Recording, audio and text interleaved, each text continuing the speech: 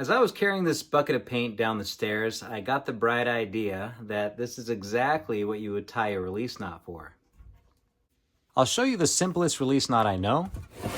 Here's our bucket of paint. What we're going to do is use this end here. We'll tie in a system, we'll lower it down, release, and then we can take our rope back.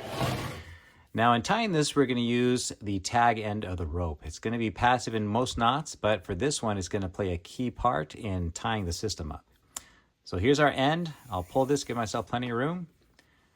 Here we have our bite, and I'm going to grab both strands, and I'm going to do an off ignition twist.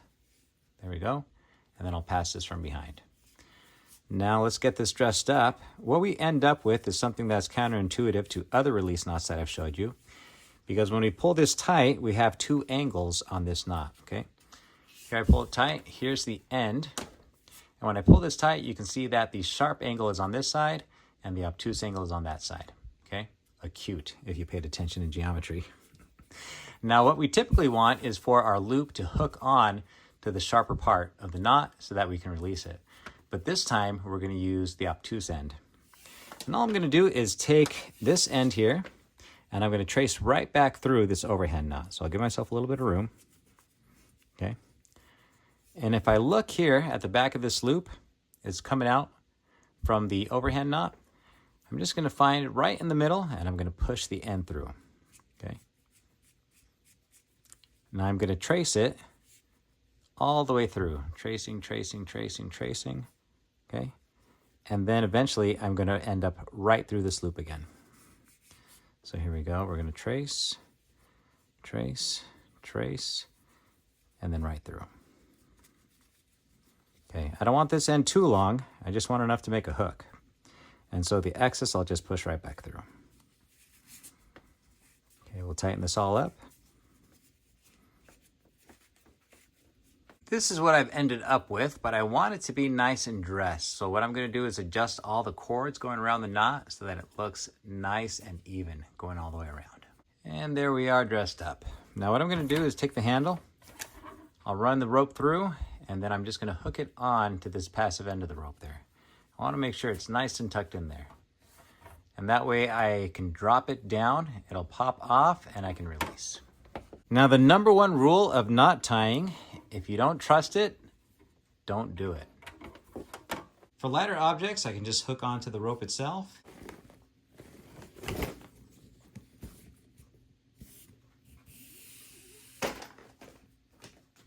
If it's heavier, I can slip this all the way around the knot.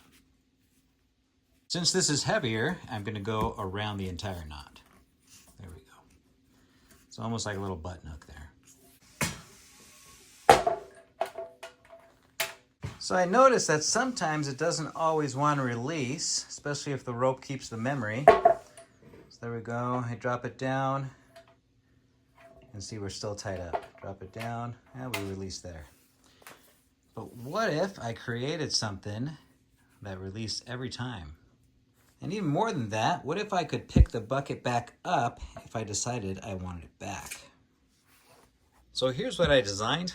I'm calling it a tower hook. It's because it reminds me of my brother-in-law who works on wind towers, and they like to hoist equipment up and down. So here's how you put it together. We'll take our two weights, place them on either side, our binding screw, place that through, same thing on the other side. Okay. Now we have our shackle. Of course, we need our two spacers on either side. Okay. Let's run our pin through.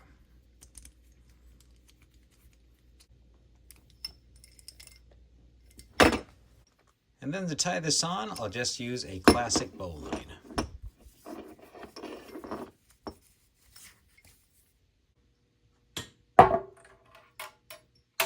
I designed the hook silhouette with a small void in the curve. That way we can get back into the handle and pick it right up.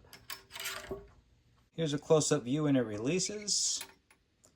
And then that void in the curve, we just pick it right back up into the handle and lift it right back up. Here's a 5-gallon bucket. Turn it so that you can see me pick it back up. Just go down here, drop it in.